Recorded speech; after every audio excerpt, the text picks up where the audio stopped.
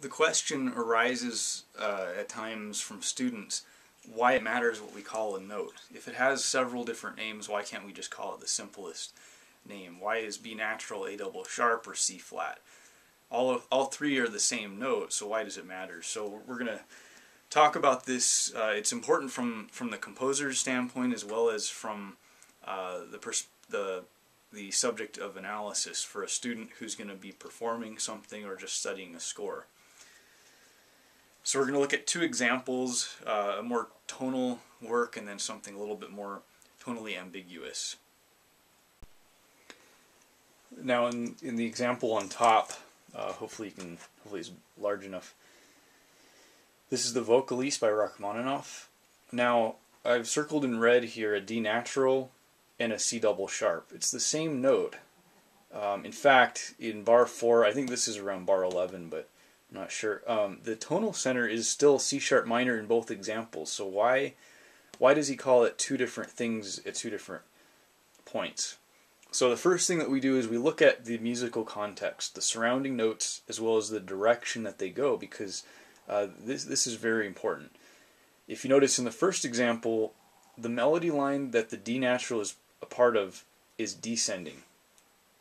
Whereas in this example, the C double sharp, it is ascending. And if we look back at the previous bar, it's ascending to C double sharp to D sharp and so forth. So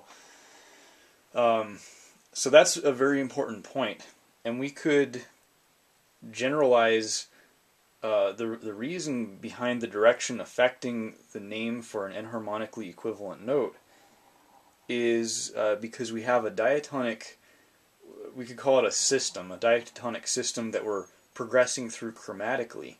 When we do that, we alter the note that we're coming from when we're trying to get to a naturally occurring note in the native scale. This will become more clear in just a moment. So suppose we go from, we'll write the first 4 naturally occurring notes in the native scale. So we have C sharp, D sharp, E, and F sharp. Now, to go from C sharp to D sharp chromatically, we're not going to raise the note we're trying to get to. We're going to raise the first note in the sequence. So we would raise it to C double sharp. Now D sharp is just a minor second from E natural, so we don't need to alter anything. Now from E to F sharp, there's one note in between, so using the same logic, we would raise E to E sharp, and then E sharp to F sharp. So that's what we would do ascending, and then similarly, if we go from F sharp,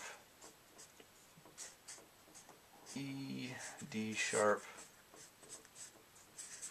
and then C sharp, we would do the same thing. We would alter the previous note in the sequence. So F sharp would then become F natural. F natural would lead into E. E naturally leads into D sharp because it's a minor second above.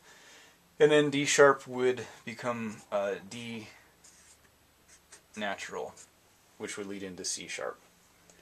So that's a good example. There are exceptions to that because we also have to take into consideration the harmonic function of notes. But generally, when we're just purely talking about the melody line, that's the rule of thumb that we use. Now for the second example, this is the 8th string quartet by Shostakovich. It's in C minor. This particular movement is in G minor. And this is alto clef, keep in mind. So this is actually a D and a B flat.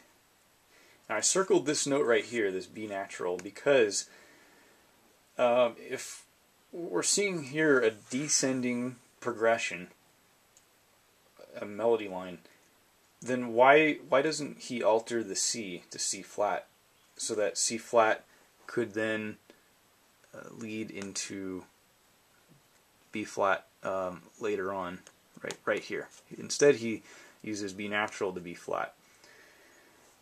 Now I will play this as a piano transcription so you can hear what it sounds like.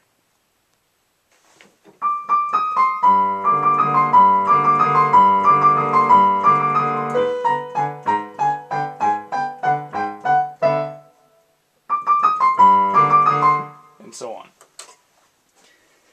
So the point that I'm highlighting is that in the bass, the harmony, we have the tonic chord, G, D, which is the dominant, and then the mediant B flat. So it's the tonic, which is G minor.